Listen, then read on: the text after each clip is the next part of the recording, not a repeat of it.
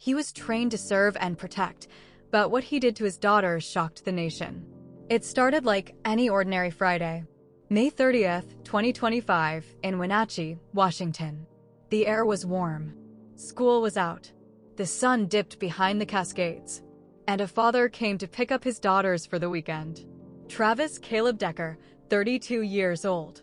A veteran. A father. A man who once wore a uniform and served his country overseas. That evening, he pulled into the driveway of his ex-wife's home. He wasn't early, he wasn't late. Just on time to pick up Paityn, age 9, Evelyn, age 8, and little Olivia, just 5. Whitney, their mom, handed them off with their backpacks and a hug. She expected them home Sunday evening, just like always. But Sunday came, and no one came home. Whitney called. No answer. Texted. Nothing. She waited, hoping they were just out of range. But as the sky grew darker and her anxiety sharper, she knew something was wrong. By the next morning, she contacted police. Travis hadn't returned the girls. He wasn't responding. But legally, they were still with their father. No Amber Alert. No helicopters. No urgency. Just silence. Then came Monday.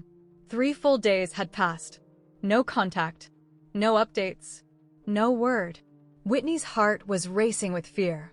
That's when deputies spotted a familiar vehicle near Rock Island Campground in Chelan County. Travis's white GMC Sierra parked just off a gravel trail. It was empty. What happened next, no one was prepared for. Just a few steps into the forest, beneath branches and pine needles, deputies made a devastating discovery. The lifeless bodies of Paityn, Evelyn, and Olivia lay side by side. Plastic wrap covered their faces. Zip ties bound their tiny wrists. There were no gunshots. No struggle. Only silence. They had been suffocated. Each of them, slowly and intentionally. And Travis Decker was gone. The manhunt began immediately. Travis wasn't just a missing dad now, he was a fugitive wanted for triple survival skills from the military. He had lived off-grid before. He knew how to hide, how to disappear. Search teams spread across the wilderness. Dogs, helicopters, infrared drones, every resource was used. Officers searched creek beds, caves, back roads, and ranger trails. But Travis had a head start. And he knew the land. Investigators uncovered disturbing details. Just days before the murders, Travis had been searching how to flee to Canada, how to survive in the wild, how to disappear without a trace. They also discovered a fingerprint, his smeared in blood on the truck's tailgate. At home, the community grieved. A vigil was held in Wenatchee. Hundreds gathered holding candles, whispering the girls' names into the night air. Paityn, the book lover. Evelyn, the gentle soul. Olivia, always smiling. People couldn't understand. How could a father, a veteran, someone they knew, do something so monstrous? Then, weeks later, came a possible break.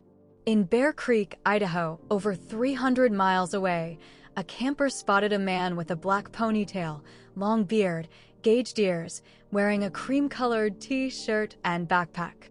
He was deep in the Sawtooth National Forest, off-grid, no cell towers, no cameras, just forest. He looked just like Travis Decker. The report sparked a new surge in the search. Agents were flown in. The reward jumped to $20,000. Campers were warned, do not pick up hitchhikers. He may be armed. He may be desperate. But again, no capture. No confirmation. The forest swallowed him whole. To this day, Travis Decker remains missing. Still wanted. Still running. The story of a man who once wore a uniform, who once swore to protect, but instead became the killer of the 3 little girls who trusted him most. And a mother, Whitney, left to mourn. Left to wonder. What signs did she miss? Could anyone have seen it coming? She said in a letter to the public. They were sweet. They were kind. They loved him. And he destroyed everything. This is not just a crime story. It's a reminder. Monsters don't always look like monsters. Sometimes they tuck in their children. Sometimes they serve their country. And sometimes they come back with darkness. This was The Vanishing Visit. To stay updated on what's really happening in your community, make sure to like, share, and subscribe. Your support motivates us to uncover more true stories that may be happening closer than you think. This is Neighbor Crime, where the truth lives next door.